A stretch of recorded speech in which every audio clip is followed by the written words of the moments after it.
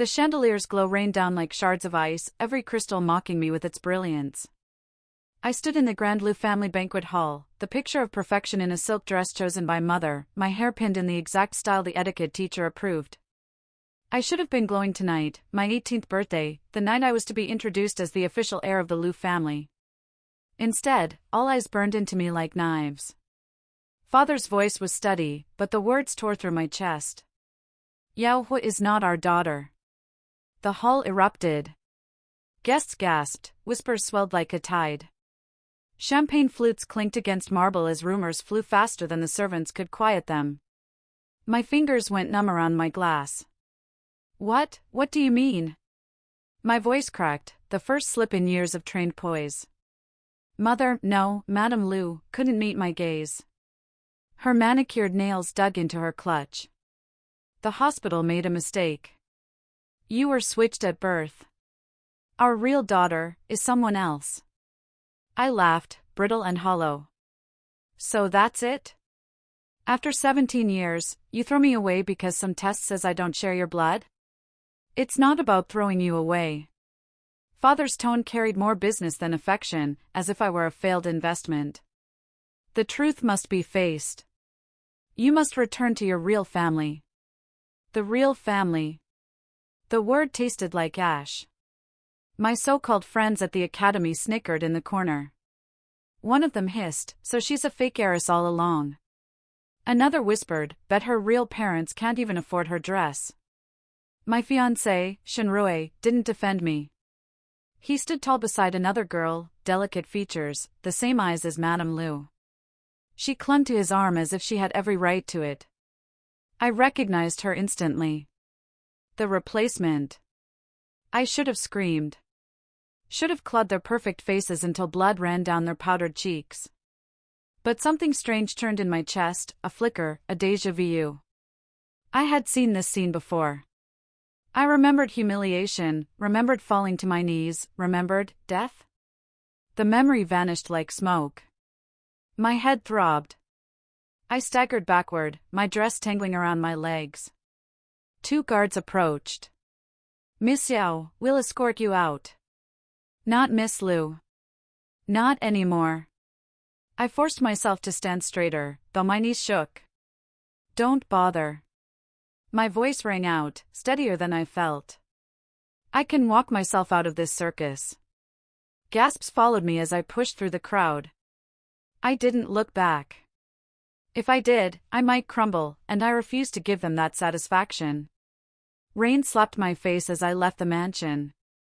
The night smelled of wet asphalt and betrayal. A single car waited by the curb, headlights glowing like the eyes of some beast. Inside sat a man with rough hands and tired eyes, my supposed father. The real one. Yao Huo. His voice carried warmth I didn't expect. He didn't hesitate, didn't flinch. Come home. I froze. Home?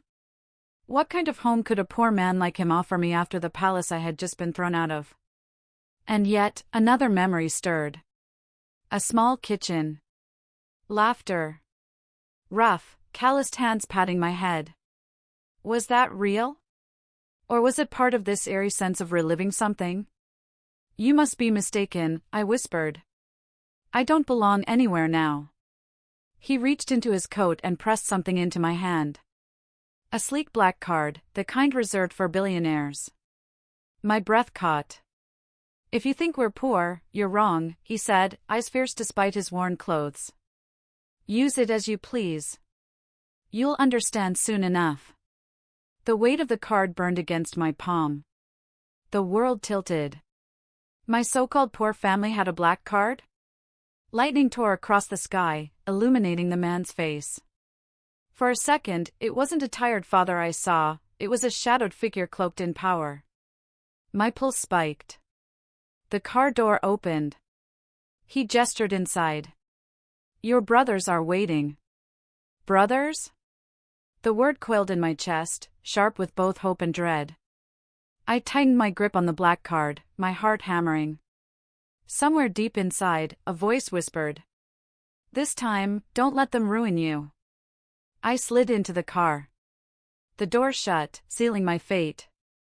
The ride from the Liu mansion to the outskirts of the city felt like drifting between two worlds.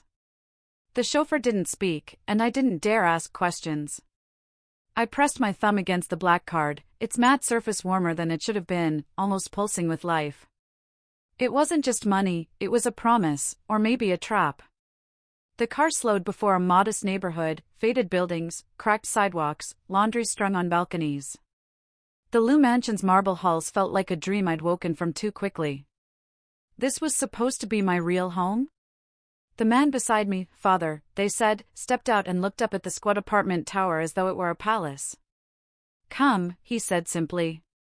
I followed him through flickering lights and chipped staircases, my heels clacking far too loud against concrete. People stared as we passed. I wanted to vanish. But father walked like he owned the entire block. He stopped at a door on the 6th floor. The peeling paint and rusty hinges screamed poverty, but when he opened it, my breath caught. Inside wasn't a cramped apartment. A crystal chandelier glittered from the ceiling. Velvet couches lined the walls. The floor shone with imported marble. It was wealth disguised in rags, a mansion hidden in plain sight. What, is this place? I whispered. Father chuckled, removing his coat. You're home. A woman appeared from the kitchen, apron tied neatly, eyes warm but sharp. Her face carried traces of mine. Whir. Her voice trembled. You've grown beautifully. I froze. Mother. Not Madame Liu, not the woman who raised me like a porcelain doll, but this one. She rushed forward and wrapped me in her arms. I should have resisted, but the warmth cracked something in me. For the first time all night, I almost cried. Then a voice barked from down the hall. Who's making all that noise? A tall figure strode out, messy hair, gaming headset hanging around his neck. His eyes landed on me, sharp despite his lazy grin. So, the little sister finally returns. Behind him, another appeared, paint-splattered shirt, a sketchbook under his arm. He studied me like I was a subject on canvas, then smirked. Better looking than I expected. 2 more shadows followed. One in a leather jacket, cigarette dangling from his lips, gaze cold as a blade. Another in glasses, holding a thick novel, his expression unreadable. My heart thudded. 4 of them. 4 brothers. You're all the word snagged in my throat. Brothers, the gamer said, smirking. Lucky you. The one with glasses snapped his book shut. Introduce yourself properly, Hua. Don't make her think we're savages. Savages? I stared at them, every instinct torn between wariness and fascination. They looked nothing like deadbeats. If anything, they radiated the kind of confidence money, or power, carved into people. Father clapped his hands. Enough standing around. Let's eat. Dinner was a storm. Mother piled food onto my plate until it overflowed. The gamer brother argued with the smoker, the artist sketched caricatures on napkins, and the bookworm corrected everyone's grammar. It should have been chaos, but somehow, it felt alive. Real. I pushed rice around my plate, unable to swallow. Why did you give me this? I lifted the black card, letting it catch the light. The room stilled. All 4 brothers looked at it like it wasn't just plastic, but a weapon. Father's voice was calm. Because you'll need it. The Lius won't stop at casting you out. They'll try to destroy you. With that card, you can stand against them. I scoffed. You think money solves everything? The smoker leaned forward, eyes narrowing. Not money. Power. Something shifted in the air, thick and heavy. My skin prickled. For an instant, I swore I saw faint symbols shimmer on the card's surface, runes, like in the old fantasy novels I used to hide under my pillow. But when I blinked, they were gone. The bookworm brother met my gaze. Don't underestimate what you've been given. That card opens doors you don't even know exist. I clenched it in my fist. A black card.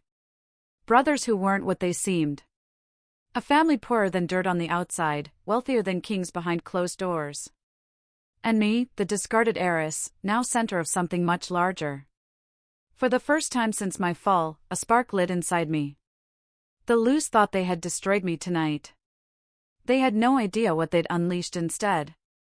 Morning sunlight spilled across the dining table, catching on silverware that didn't belong in a rundown neighborhood.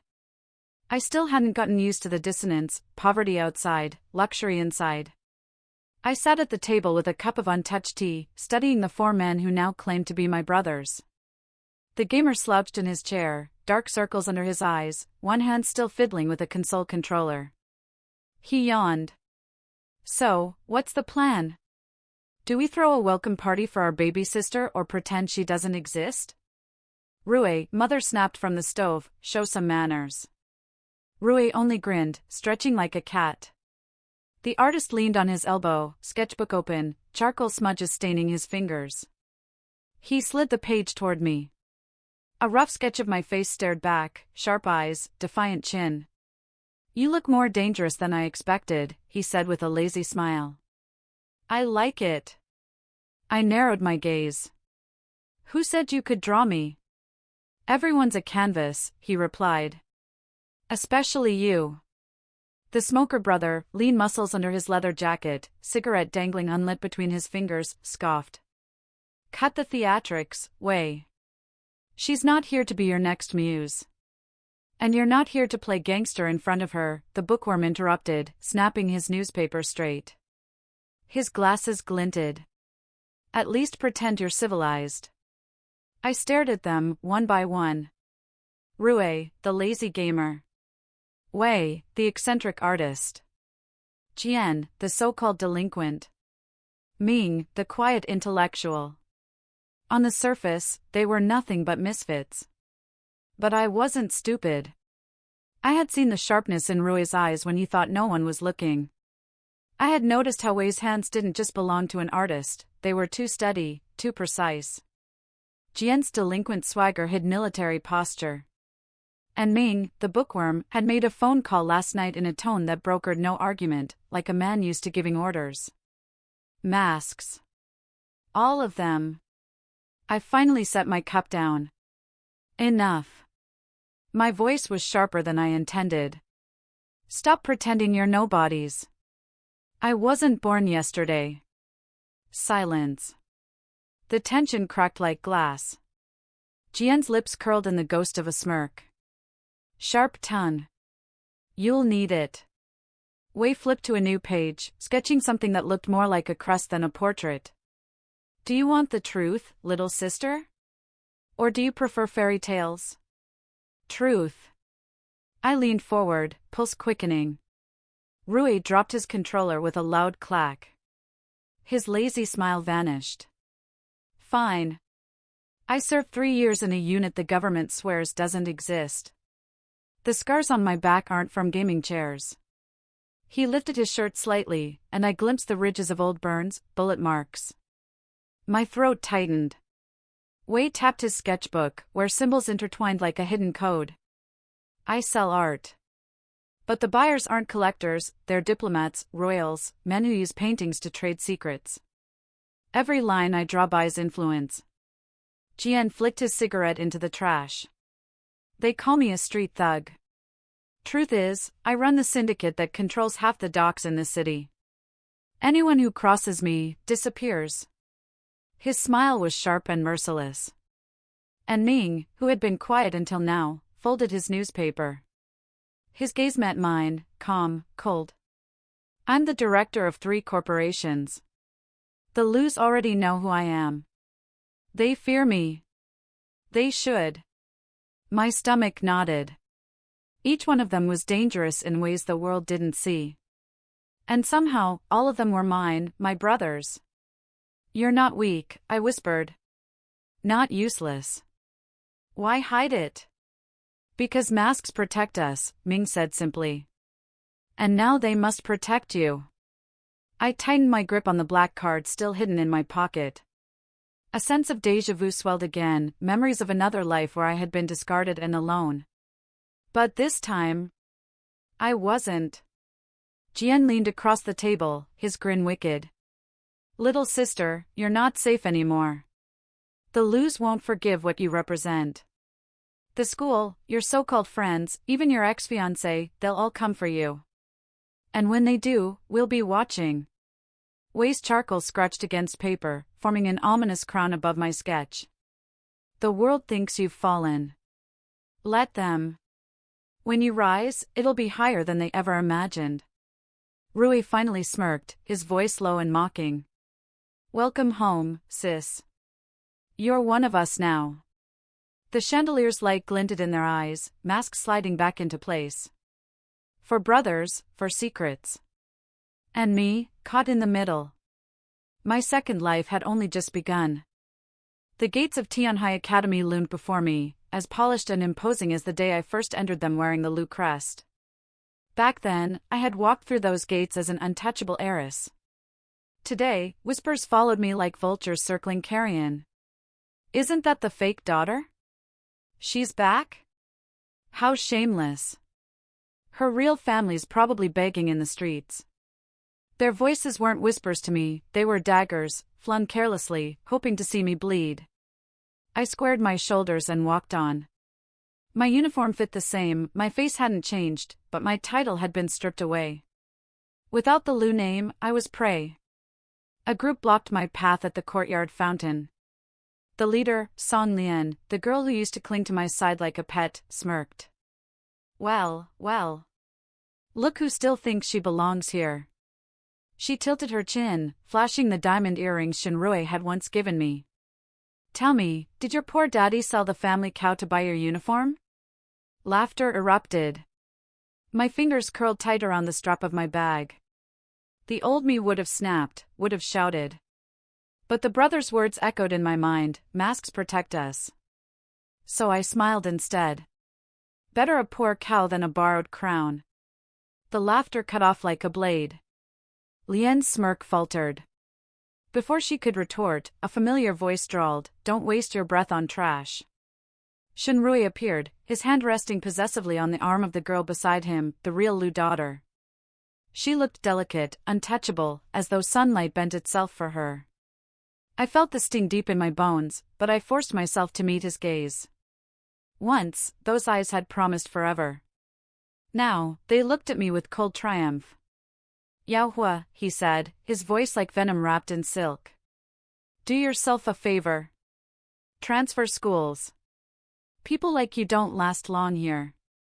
The crowd tittered. My blood boiled, but I refused to let it show. Funny, I said softly, I don't remember asking for your opinion. The real Lu daughter gasped, clutching Shinrui's arm. How dare you talk to Rui like that?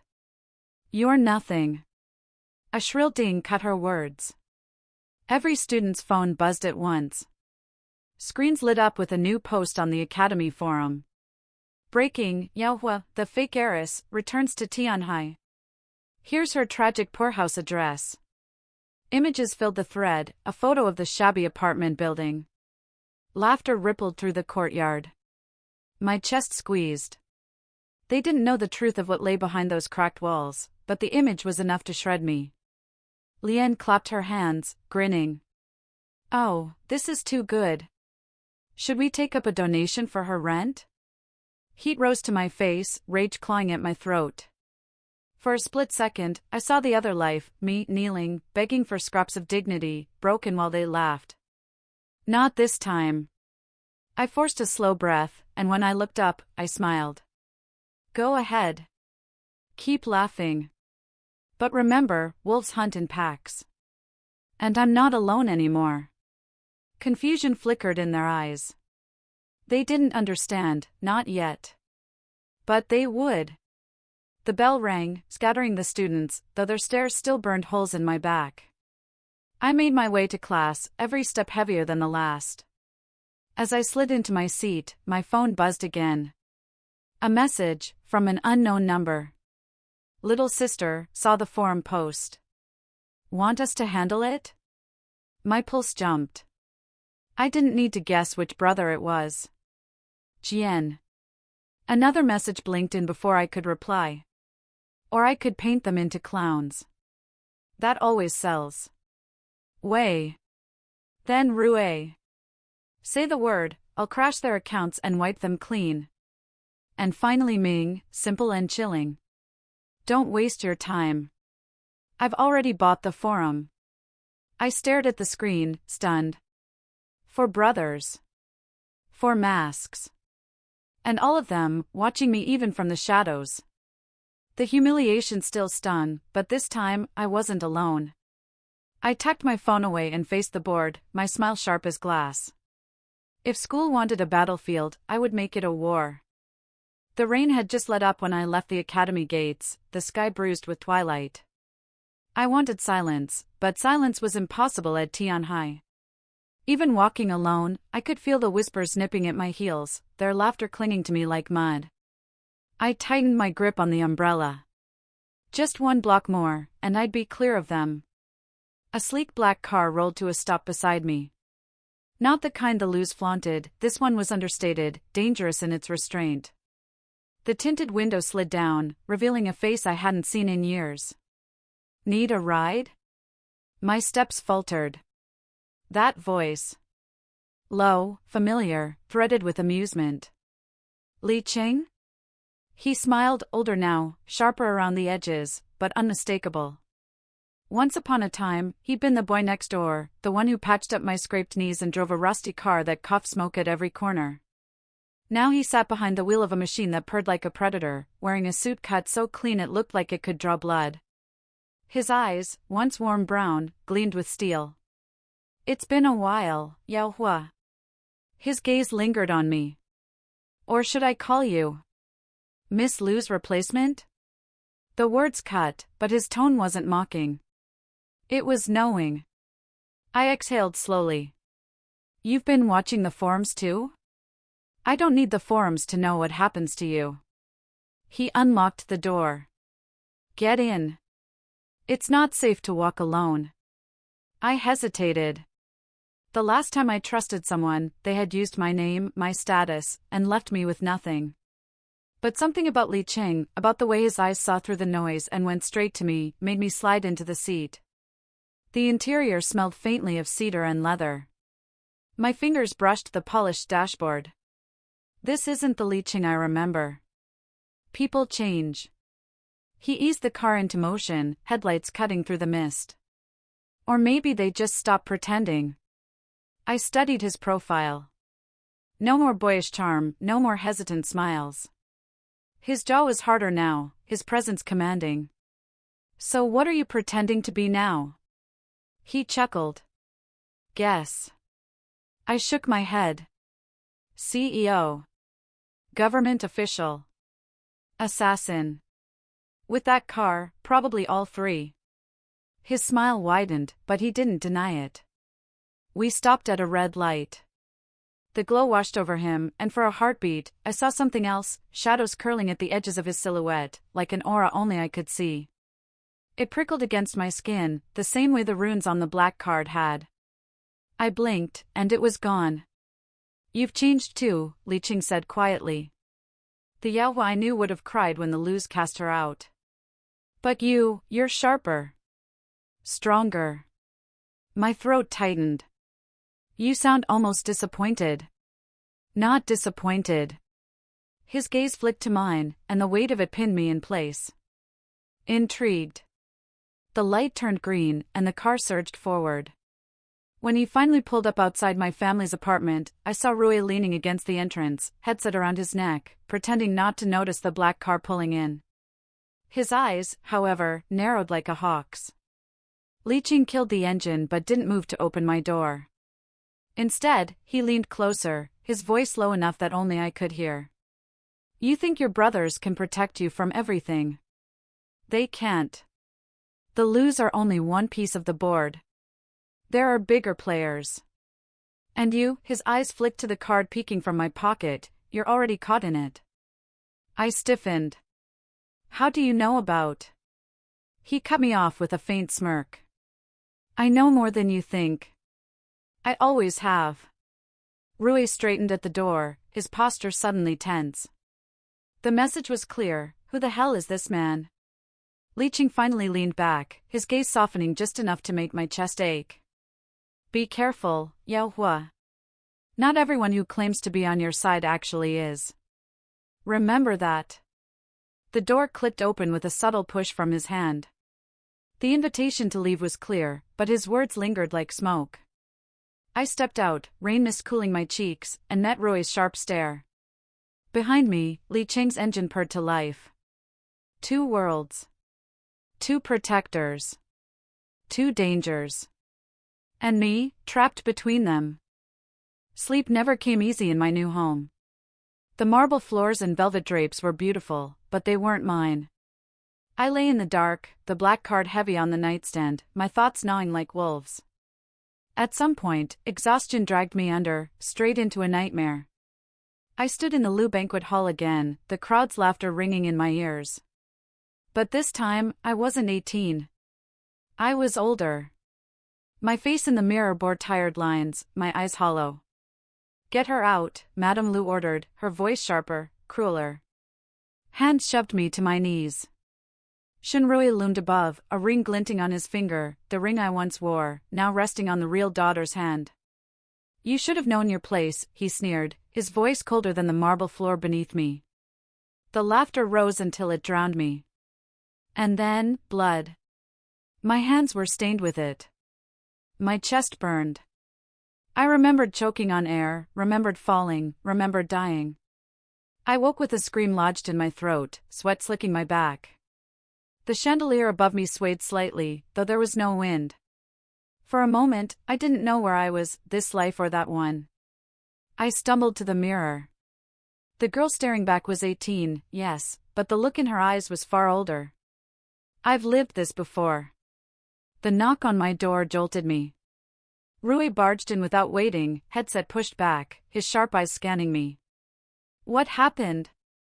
You screamed. I pressed my trembling hands against the dresser. A dream. No, a memory. He frowned, stepping closer. What do you mean, memory? I died, I whispered, the words tasting like ash. In another life, I died. Rui's usual grin was gone. He crouched before me, grip firm on my wrists. Don't say that again. Dreams don't matter. But his eyes said he didn't believe it was just a dream. Before I could answer, Jian's voice drawled from the doorway, cigarette dangling unlit between his lips. She's not lying. Rui's head snapped up. What the hell are you talking about? Jian exhaled slowly, leaning against the frame. Some people carry memories from another path. Another life. It's rare. Dangerous. But not impossible. My pulse spiked. You knew? He shrugged, like it was nothing. Not about you. But I've seen it before. Wei appeared next, sketchbook in hand, charcoal dust smearing his shirt. He flipped to a page and shoved it at me. My stomach dropped. It was me, drawn with terrifying precision. Not as I looked now, but older, broken, kneeling, exactly as I'd seen myself in the nightmare. How, my voice cracked. Wei tilted his head, studying me. I draw what I see. Lately, I've been seeing fragments. Ming's footsteps were the last. He entered quietly, glasses glinting, his expression unreadable. If she remembers another life, it explains why the Lus are so desperate. They fear what she might know. The room thickened with silence. For brothers, all looking at me as though I were both treasure and curse. I sank onto the bed, the black card cool against my palm. So it's true. I'm not just fighting them in this life. I've already lost once. Rui crouched lower, his hand brushing mine. Then win this time. Jian smirked, though his eyes were sharp. We'll make sure of it. Wei sketched again, his charcoal strokes frantic. A phoenix. Burning. Rising. He tore the page free and pressed it into my hand. That's you. Ming adjusted his glasses, his voice calm but final. If you've been given a second chance, Yao Huo, then wasting it is not an option. This time, the ending changes. The black card pulsed faintly, as though agreeing. My fingers tightened around it. The nightmare still clung to me, the taste of blood, the echo of laughter. But under it burned something fiercer, resolve. Last time, I had died begging. This time, I would live with teeth bared. The next morning, Tianhai Academy buzzed like a nest of wasps. The forum post mocking my poor house had gone viral. Students shared it in whispers and laughter, their eyes sliding toward me as though I were some fallen star, no longer blinding but worth gawking at as it burned. I walked the halls, my steps steady, my chin high. Inside, my pulse raced. My brother's words replayed in my head, masks protect us. Win this time. Song Lian cornered me by the lockers, her pack of sycophants circling like hyenas. Yao Huo, she drawled, since your family's so disadvantaged, I thought you could use this. She held out a wrinkled bill. 1 yuan. Snickers erupted. Phones tilted to capture the moment. For a heartbeat, I saw it again, my past life, me crumpled on the floor, begging, her money slapping my face. Rage surged through me like fire. Not this time. I plucked the bill from her hand, smoothed it delicately, then tucked it into my pocket. My smile was sharp enough to cut. Thank you, Lian. I'll frame it as a reminder of the day you tried to humiliate me, and failed. Confusion flickered across her face. I stepped closer, lowering my voice so only she could hear. Careful who you mock. My family isn't as poor as you think. Some people bite back harder than you can handle. Her smirk wavered. Just slightly. But it was enough. By lunch, the tide had shifted. A new post lit up the forum, an anonymous exposé of Song Lian's generosity, complete with screenshots of her begging Shinrui for gifts, whining about her grades, and calling her own friends useful idiots. The comments section exploded. So fake. Didn't know the queen bee was this pathetic. Trashy behavior. She's finished. I sat in the cafeteria, biting into an apple as chaos erupted around me. Lian shrieked at her friends, who were already backing away. Shinrui scowled, embarrassed, while the real Lu daughter whispered frantically in his ear. I didn't post it. I didn't need to ask who did. My phone buzzed, Jian's name flashing. Little sister, you should have seen her face. Priceless. Then Wei. Would you like me to paint her as a cockroach next? I can make it go viral. Rui chimed in seconds later. I hacked her cloud. There's more dirt if you want it. Finally, Ming. She's irrelevant. Focus on the bigger threats. I smirked into my apple. For brothers. For shadows. And me, their center. But the battlefield wasn't just about Lian. Later that afternoon, Shinrui himself cornered me behind the library. His perfect suit, his polished shoes, his self-righteous fury, it all looked like a mask now. Enough games, Yao Huo, he hissed. You don't belong here. Whatever tricks you're pulling won't last. You're finished. I tilted my head. Funny. That's what you said in my dream too. He frowned. What dream? I leaned closer, my voice low. The one where you destroy me. The one where you win. It won't happen again. His eyes narrowed, suspicion sparking. You've lost your mind. I smiled, sharp and cold. Or maybe I've found it. I walked away, leaving him staring after me, his pride dented for the first time. But as I rounded the corner, another figure leaned casually against the wall, watching. Li Qing. His suit caught the afternoon light, his eyes unreadable. Not bad, he said softly. You've learned to bite. I stiffened. How long have you been following me? He smirked. Long enough to know you're playing a dangerous game. The Lus aren't your only enemies. Every step you take now, someone's watching. My breath hitched. You mean you? He pushed off the wall, stepping closer, his voice dropping. I mean everyone. But unlike them, his gaze lingered, heavy with something unspoken. I actually want to see you win. The air between us tightened, charged. For a fleeting second, I wasn't sure whether I wanted to push him away, or let him close the distance. Before I could answer, Rui's voice barked from down the hall, sharp and possessive. Get away from her. Li Cheng's smirk didn't falter. He leaned back, hands in his pockets. Protective brothers. Cute. Rui stalked up, sliding in front of me like a shield, his grin gone, replaced with a dangerous glare. She doesn't need you. Li Cheng's eyes flicked past him, locking onto mine one last time. We'll see. And just like that, he was gone. My heart thundered. The battlefield wasn't just at school anymore, it was everywhere. And the war had only begun. Dinner at the Yao household had become less about food and more about observation. I sat at the table, chopsticks in hand, but my eyes moved from brother to brother. Each one carried a mask, and I was determined to pry them off. Jian arrived late, smelling faintly of gunpowder, his jacket singed at the cuff. Don't ask, he muttered when Wei raised an eyebrow. Training accident? Wei asked, voice flat, sketching lazily on a napkin. Jian smirked, biting into a dumpling. Something like that.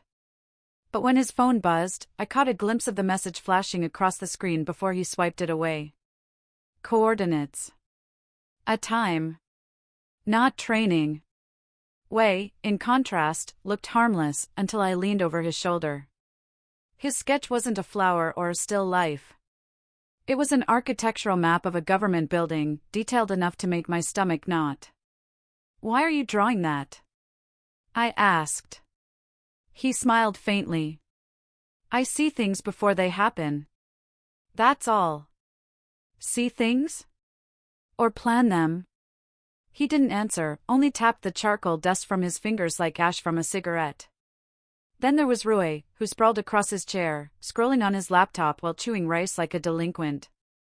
At first glance, he looked every inch the spoiled gamer. But his screen flickered with something far more dangerous, layers of encrypted code unraveling in real time, bank accounts bleeding zeros from one side of the world to another. Are you hacking them? I asked, my voice sharper than intended. He didn't look up. Not them. Not yet. His grin was razor thin. But I like to keep the knife sharp. Finally, Ming, the quietest. He poured tea for everyone, his motions precise, graceful. He wore his mask best, calm, polite, untouchable. But when his glasses slipped down, I saw the faint scar at his temple, half hidden. A scar from a blade. Ming, I asked softly, what are you hiding? He set the teapot down with a soft click. Nothing worth worrying about. Which, of course, meant everything. The meal ended in uneasy silence. My brothers drifted off one by one, each leaving traces of secrets behind. I sat there, untouched tea cooling before me, the weight of realization pressing on my chest. This family wasn't just poor. They weren't unlucky. They weren't forgotten. They were dangerous. And somehow, they had chosen to keep me in the center of their storm. Later that night, Ming appeared in my doorway, his shadow long against the wall. You're asking too many questions, he said quietly. I lifted my chin. And you're giving too few answers. His gaze sharpened. Answers can kill, Yao Huo. Don't dig for them unless you're ready to be buried with the truth. My throat went dry, but I forced myself to meet his eyes. I've already died once. Something flickered there, respect? Fear? Perhaps both. He stepped closer, his voice low. Then don't make us lose you again. The way he said us made my chest tighten. But before I could respond, a sound cut through the night, the screech of tires outside. Then, gunfire. Jian's shout echoed from the hall. Downstairs. Now. My heart slammed against my ribs as I scrambled after them. Shadows moved outside the gate, black figures with weapons gleaming. Not petty thugs. Professionals. Wei pulled me behind him, his calm voice laced with tension. They've found us. Rui snapped his laptop shut, already muttering codes under his breath. Give me 10 seconds, I'll shut down their comms. Jian loaded a gun from God knows where, his grin feral. Finally, something fun. And Ming? He only adjusted his glasses, eyes glinting like a predator's. Protect her. The first shot shattered the window. Glass rained across the floor. I crouched, trembling, but deep down, something sparked. This was no accident. No coincidence. The masks were slipping, and the truth was bleeding through. My brothers weren't deadbeats. They were soldiers in a war I didn't understand. And I had just stepped onto the battlefield with them. The gunfire split the night like lightning, harsh and merciless. The Yao's modest courtyard exploded into chaos, bullets sparking off stone, glass raining from the second-floor windows. Jian shoved me to the ground behind the couch just as another shot cracked through the air. Stay down, princess, he barked, chambering his pistol. His grin was wild, almost gleeful, like he'd been waiting for this moment. What the hell is happening? I gasped, clutching the carpet. Nothing new, Rui said from across the room, fingers flying over his laptop keys, face illuminated by the cold glow of code. We've been hunted before. You're just new to the party. That chilled me more than the bullets. Wei pulled me upright, his movements unhurried but steady. Don't panic, he murmured, even as he guided me toward the kitchen.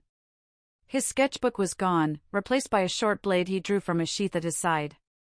Panic gets you killed. The front gate buckled under a battering ram. Shadows surged inside. Ming's voice cut through, calm and sharp. Form positions. Jian, front. Rui, comms. Wei, flank. I'll cover Hua. It was like watching strangers wear my brothers' faces. Gone was the playful gamer, the lazy artist, the reckless fighter, the polite scholar. They moved like a unit, their masks cast aside, their real selves terrifyingly efficient. The first intruder stormed the door, black gear, assault rifle raised. Jian's shot dropped him before his boot touched the carpet. Blood sprayed across the wallpaper, a scarlet blossom on pale white. I froze, breath caught in my throat. That wasn't a movie. That wasn't staged. He was dead. Ming's hand clamped on my shoulder, dragging me toward the stairs. Eyes forward. Don't look back. He's. Don't. Look. Back. His voice was steel, brooking no argument. More shadows poured in. Rui swore, yanking cables, typing faster. 10 seconds, I said. I need 10. Buy them for him, Jian shouted, rolling into cover, his gun barking fire. Wei darted past me, blade flashing. He moved like water, silent and deadly, cutting down a man before the intruder even realized he was close. I stumbled after Ming, my legs weak, my heart hammering. A bullet hissed past my ear, embedding in the staircase. My scream ripped free before I could stop it. Ming shoved me into a side room, slamming the door. Stay here. No. I grabbed his sleeve, trembling. You can't just leave me. He bent low, his glasses slipping again, eyes like burning steel. You want answers? Survive this first. And then he was gone, leaving me shaking in the dark, the sound of combat all around. The smell of gunpowder seeped in. My breath came fast, shallow. I pressed my hands to my ears, trying to block out the screams, the shouts, the sickening thud of bodies hitting the ground. But then, silence. Too sudden. Too wrong. I cracked the door open. The hall was empty, smoke curling through the air. And standing there, as calm as if he'd been waiting, was one of the attackers. His gun was pointed directly at me. My blood iced over. Target acquired, he murmured into his calm. I couldn't move. Couldn't breathe. Then, bang. The man dropped, blood blooming across his chest. Behind him stood Rui, a handgun trembling in his hand, his laptop abandoned at his feet. His grin was gone. His face was pale, eyes wide, as if he couldn't believe what he'd done. "Don't touch my sister," he rasped. He stumbled forward, reaching me, shoving the gun into my shaking hands. "If anyone else comes through that door, you shoot. You hear me? You shoot." I clutched the cold metal, my fingers slick with sweat. My knees wanted to buckle. Another shadow moved at the end of the hall. I raised the gun, hands trembling. He stepped closer, fast. My finger tightened on the trigger. "Don't!" Jian's voice barked. He shoved the man's corpse forward, letting it slump against the wall. "He's already dead." I collapsed to the floor, the gun clattering beside me, tears burning my eyes. Jian crouched, gripping my chin, forcing me to meet his wild grin. "Not bad, princess. First taste of war always makes you sick. But you'll get used to it." "No," I whispered, bile in my throat. "I'll never get used to it." He chuckled, ruffling my hair like it was a game. "That's what we all said once." The last of the intruders lay scattered across the courtyard, their bodies broken, their blood soaking into the stone. My brother stood amidst the carnage, unscathed, masks stripped away. And me?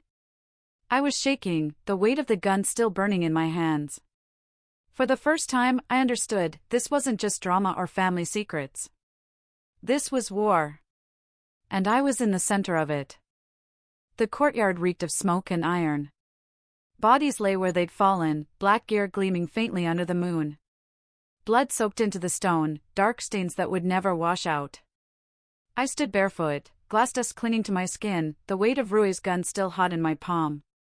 My brothers moved like a storm calming after its violence, checking weapons, speaking in clipped tones, their movements practiced. This wasn't the first time. Jian dragged a corpse by the collar, tossing it against the gate. Mercenaries. Eastern Bloc. Hired trash. He wiped blood from his jaw, grinning like he'd just finished a sparring match. "They weren't here for us," Ming corrected, his glasses crooked, his shirt splattered. His gaze slid to me. "They were here for her." The air thickened. My throat closed.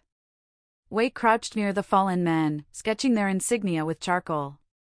His tone was calm, almost gentle. "You attract storms, little sister. Or maybe the storm was always waiting for you." Rui, pale but steady now, shut his laptop with a snap. "Someone wanted you gone. Someone with deep pockets." "Who?" My voice cracked. For pairs of eyes met mine, each one holding back more than it gave. Finally, Ming sighed, removing his glasses and rubbing the scar at his temple. "The Liu family isn't what you think. Neither is ours."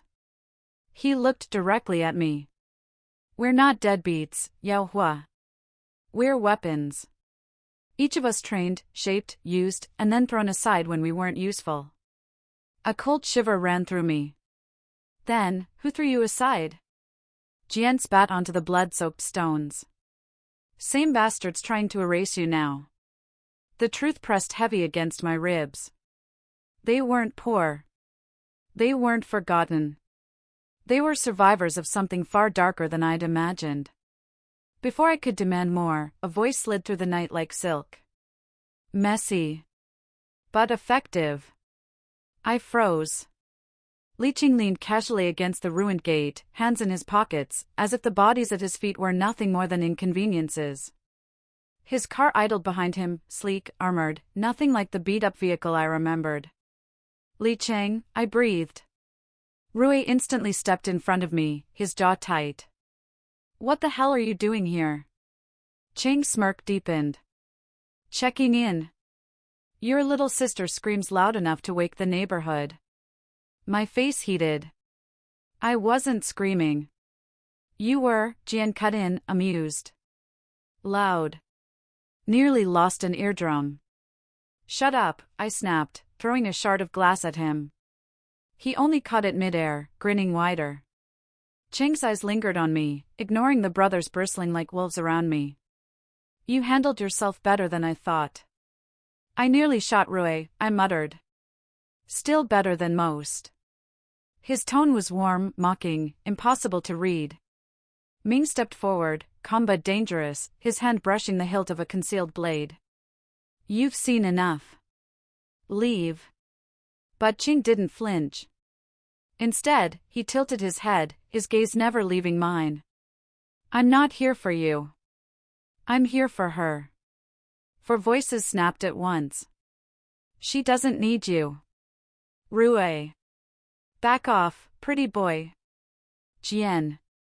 You'll ruin my sketch if you stand in the frame. Wei. You're wasting her time. Ming. Ching chuckled, low and infuriating. Protective, aren't they? But tell me, Yao Huo, do you really want them deciding for you? His words pierced deeper than I wanted to admit. Because he was right, I wasn't a child, but standing between four brothers and a man like Cheng, I felt like one. My voice wavered. I straightened my spine. I'll decide who I need. The brothers froze, glancing at me, then at each other. Cheng's smirk softened into something almost sincere. Good answer, he murmured. The tension snapped like a bowstring. Rui growled, dragging me back by the wrist. She's not yours. Ching stepped closer, his shadow brushing mine. She's not yours either. For a moment, the night held its breath. For brothers glaring, Ching unbothered, me caught in the middle, heart racing. Then Jian snorted, breaking the moment. Great. Now it's a pissing contest. Wei flipped to a blank page and started sketching. I'll draw this. 5 dogs circling one bone. Ming adjusted his glasses, exasperated. You're all children. Despite the blood, the smoke, the fear still gnawing at my stomach, a laugh bubbled up. Sharp, a little hysterical, but real. I looked at the ruined gate, the corpses, the men around me. My so-called poor family. My neighbor with his hidden armor. My life, split between two worlds. Somehow, against all odds, I wasn't crushed. I was alive. And for the first time, I wasn't just surviving. I was ready to fight back. A week after the attack, the Yao house looked almost normal again. Windows replaced, blood scrubbed, the courtyard swept.